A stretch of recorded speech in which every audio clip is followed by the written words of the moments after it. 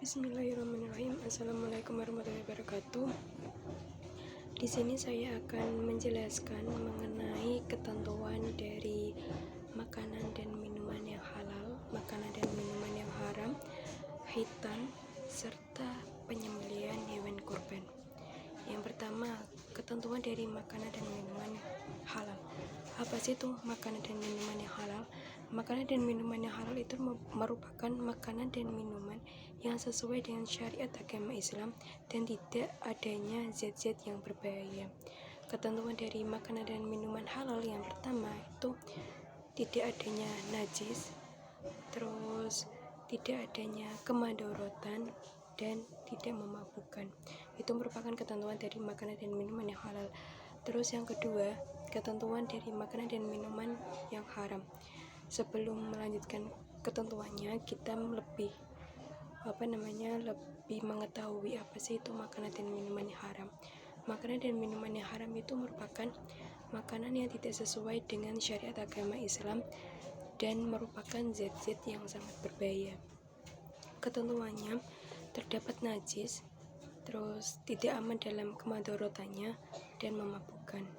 Yang ketiga yaitu khitan. Waktu khitan yang baik secara medis itu sekitar 3 atau sampai 7 hari setelah setelah melahirkan. Akan tetapi secara tradisi masyarakat itu lebih menekankan di umur 9 tahun. Itu ketentuan dari khitan. Terus ketentuan dari penyembelihan hewan kurban. Waktu penyembelihan hewan kurban itu dilaksanakan pada tanggal 10 Dzulhijjah sampai terbenamnya matahari pada tanggal 12 Dzulhijjah. Hewan yang akan dikurbankan, jika 1 ekor kambing itu untuk 1 orang, atau 1 ekor sapi, kerbau, dan unta itu untuk 7 orang. Dan setelah hewan kurban itu disembelih, maka akan dibagikan kepada fakir miskin yang membutuhkannya. Terus selanjutnya di sini saya akan menjelaskan mengenai tata cara jual beli sama utang piutang. Tata cara jual beli sama utang piutang. Yang pertama, jual beli. Jual beli itu dikatakan sah apabila telah memenuhi syarat dan rukun dari jual beli, yang meliputi ada penjual, ada pembeli, ada barang yang dijual belikan, dan adanya akad atau ijab qabul antara kedua belah pihak, antara penjual sama pembeli. Terus tata cara dari utang piutang. Utang piutang menurut syariat agama Islam apabila itu sah harus sesuai dengan syarat dan rukun dari utang piutang tersebut, yang meliputi ada yang meminjamkan, ada orang yang meminjamkannya, terus ada barang yang ingin dipinjamkan, dan adanya suatu akad. Akan tetapi dengan catatan, barang yang akan dipinjamkan itu barang miliknya sendiri, bukan barangnya orang lain. Terus selanjutnya di sini saya akan menjelaskan mengenai hukum dari hukum dari gadai, hukum dari bok, hukum dari upah, dan hukum dari utang piutang. Yang pertama, hukum dari utang piutang.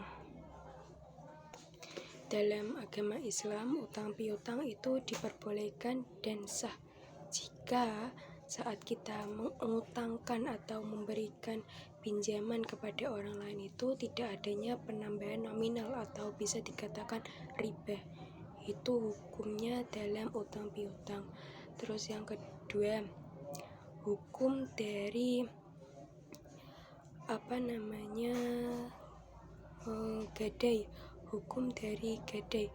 Gadai dalam agama Islam itu diperbolehkan sebagai rasa percaya atau meyakinkan kepada orang yang telah meminjamkan uang atau meminjamkan utang atau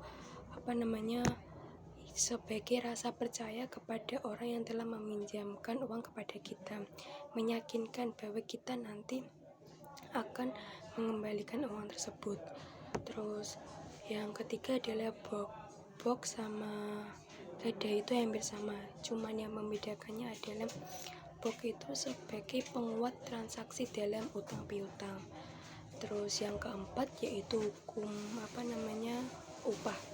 Upah itu bisa dikatakan sebagai gaji.